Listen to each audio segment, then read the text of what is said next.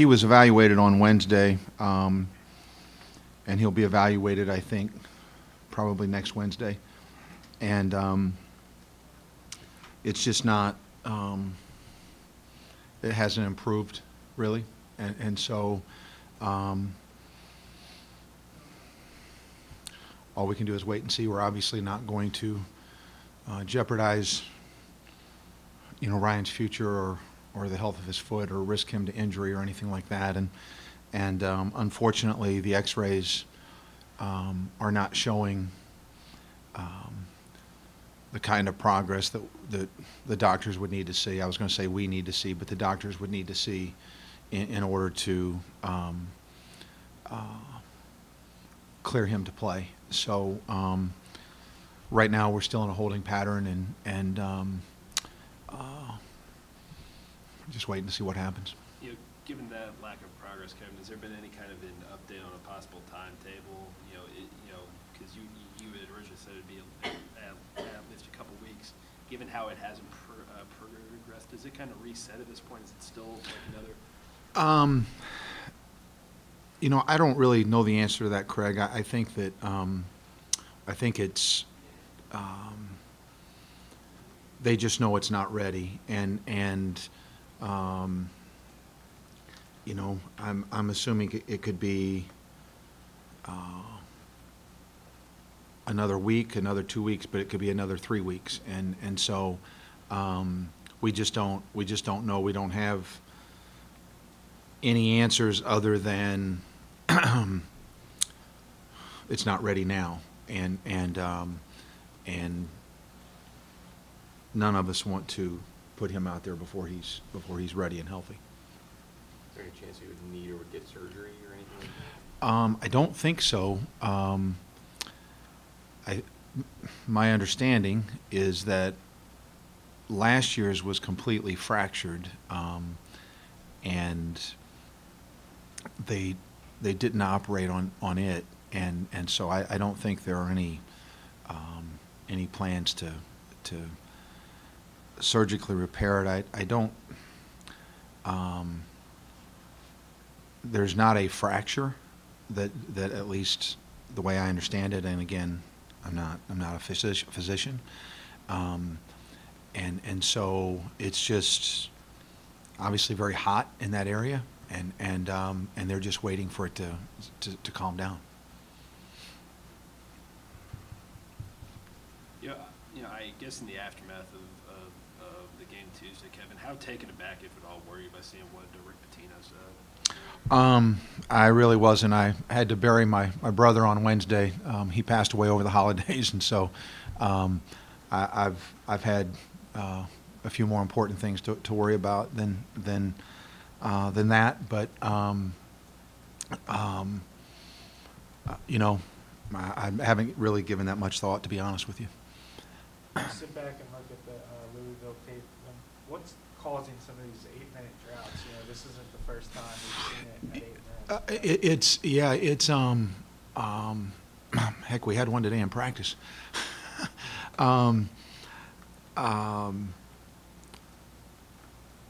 It's always a combination of things. It's never just one thing. It's always a lack of execution, or it might be a turnover or two, but then also included in the mix always is missed open shots.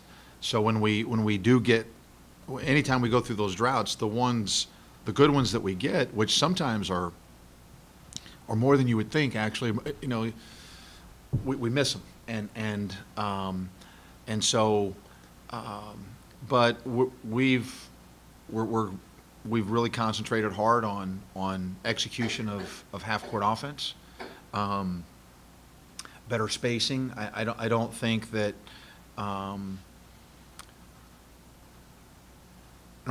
as a staff that we've done a good enough job of emphasizing the importance of spacing to our players when certain things start developing on the court, and so I think sometimes it's a lack of spacing, which to me is a lack of execution, and so we've worked hard on emphasizing the spacing that's necessary for good offensive play, but you know, again, it's we have some guys that we believe to be good shooters that have missed, you know, quite a few open shots recently, and that's also part of the issue. When it comes to your outside shooters, guys that you think you can rely on to make three-point shots, Jared is pretty much the biggest and strongest of those guys. You're playing against some man-to-man defenses, and he's been able to get open. Mm-hmm. When maybe some other guys haven't been able to get open, but he hasn't been making shots recently. How much does that combination really sink what you're trying to do on offense? Well, it's a problem, and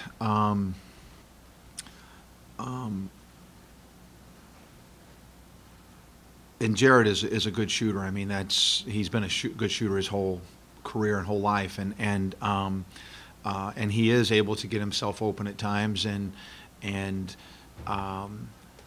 he has been in a little bit of a shooting slump, but I think it certainly. We believe that Jared and Parker and Marcus and Cam, I mean, those guys are good shooters when they're open. Now, nobody's going to make a high percentage when they're covered. So I'm not really talking about covered shots. I'm talking about open shots. But you know, you go through different stretches, players do, and Jared doesn't want to miss, obviously, and the thing I like about him is he's still willing and wants to step up and take the next one, and still believes the next one will go in. But hopefully we've done some things the last few days that can help that, but yeah, it's going to be critical for us to make open shots. I mean, that we don't have enough scoring at the goal to not be a little bit shot dependent, and so now we're doing a better job of driving it in there, and we're getting it there at a higher rate, and I'm talking about in the lane, but we're still going to have to make some shots. Do you have a percentage where you talk about a three-point shot where just maybe not specifically to one player, but like just schematically, like if we're making 1 out of 3, if we're making 35%, then the math works. If we can get some offensive rebounds, something like that. Yeah, I don't know that we have an exact percentage. I think we're playing each time down. We're playing for for a high percentage shot, and you know, so now what's a high percentage shot? Well, the thing that we would most like to do is get to the foul line, because that's still the highest producer of points per shot taken. We like layups, and really our issue is we just haven't sunk the defense enough, because Ryan is such a gifted passer that when we're cutting and we're running offense like that, he's able to facilitate all of that, and so we're actually having to revamp what we do a little bit in his absence, and so anyway, and you know, injuries are a part of the game, but we don't. The guy that would back up Ryan doesn't play just like Ryan. He's a completely different kind of player, and so we're having to make some modifications to accommodate that, so you know, there's a lot of little things that you wouldn't necessarily.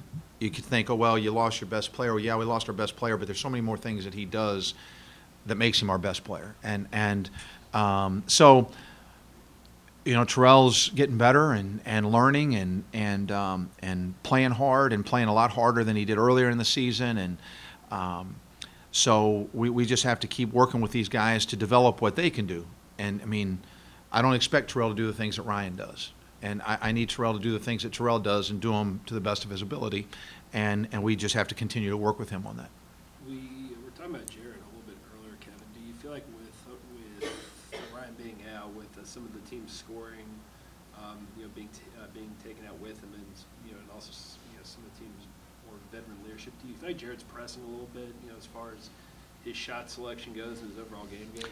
Yeah, I think that when we start having trouble scoring, I think that, you know, and I don't mean this critically in any sense. I think that sometimes Jared's reaction is, okay, I can shoot us out of this scoring drought, and I love his confidence and I love his willingness. But yeah, he takes has been taking some shots that are not high percentage shots, and it's one thing if you're having a night where you're making a bunch and maybe you take a low percentage one, but when you're missing a bunch, the last thing you want to do is take a low percentage one, and so we've got to continue to work with him on discretion, on still attacking the goal, even if you feel like you might be a little bit open attacking the goal at times. But yeah, I think that his selection has been a part of the problem. It's not the problem, but it's been a part of some of the issues he's had with not making as many lately. You know, on Tuesday, Kevin, Cam Davis went out of the game, I think, with about 10 minutes left, didn't come back in. I was just checking to see, you know, health-wise, is everything okay? No, not injured, not anything. I thought he was struggling defensively a little bit, and that's pretty atypical because he's one of our better defenders, and actually gave Monty a chance to play, and he went in and really gave us good minutes. As fate would have it, he got busted in the eye yesterday and is out for at least a couple of days, but yeah, Monty was in there, and I thought Monty was playing well, and so I just decided to give him some more minutes in the last stretch of that game. Yeah, when you said that he got busted in the eye, I guess it was like some kind of collision in practice or got hit inadvertently. It was Cam. I think it was Cam went to make a pass. He was making a pass like across the court, and Monty was defending him, and his elbow hit Monty in the eye just off of a pass. It was very inadvertent. Cut his eye. Gosh, cut it above it and cut it below it. And, I mean, he got hammered pretty hard. Obviously, it's, you know, more about who's playing in crunch time than who starts. But I mean, the 5 freshmen starting at, you know, I don't know how many teams are doing that around the country. I mean, even some of the ones that we've talked about being as younger than you guys, I think they have probably at least one non-true freshman in the lineup. I mean, is that something that you think you can keep doing until Ryan gets back, or do you just sort of like, well, figure why not? No, it's not figuring why not. It's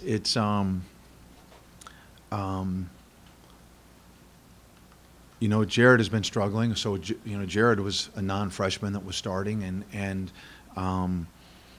it wouldn't surprise me at all to see Jared work his way right back into the lineup. But you know, they comprise over half of our team, and so it's not. I'm not trying to do anything other than put the guys that deserve to be rewarded and give us the best chance to win out on the court, and it is more about crunch time, and it's not about who starts, it's about who finishes, but I mean, even if those 5 guys weren't starting, they're 5 of our 6 best players, or maybe 7. I don't mean, now not including Ryan, and believe me, the last thing that I want to do is be starting 5 freshmen, and I would like to be starting 5 seniors, but I don't have 5 seniors, so but those guys are doing. I mean, and I know we've taken it on the head the last 2 games, but I mean, they're playing with great effort and great energy, and again, I can't fault anything. I mean, I can fault some of our play in terms of execution and this or that, but I can't fault effort and attitude and energy and togetherness and willingness to do what we're asking, and these guys have been tremendous to coach, and so I just got to keep trying to help them more and more and more, and we've got to knock down that door here pretty soon so that we don't, you know, the last thing I want is for these guys to lose any of their fire and their hope and their, you know, positivity, because they've been awesome at that, and my job is to try to do the best I can to put them in the best position to win as possible. And I'm sure there are coaches out there that think about it as much as I do, but I doubt if there's anybody that thinks about it more than I do, because I mean, it consumes my thought from the moment I get up to the moment I go to bed, and literally I wake up thinking about, is there something I'm not doing? But that's my job. That's what I owe these guys. They're giving me everything they have. I got to give them everything I have, and we're as a coaching staff, that's what we're trying to do. What measures can you take, when you take tough losses like that to keep their heads up? You know what? Point out the positives. I'm pretty consistent in terms of how we deal with wins, how we deal with losses. We talk about the things we did well. We talk about the things that we need to do better,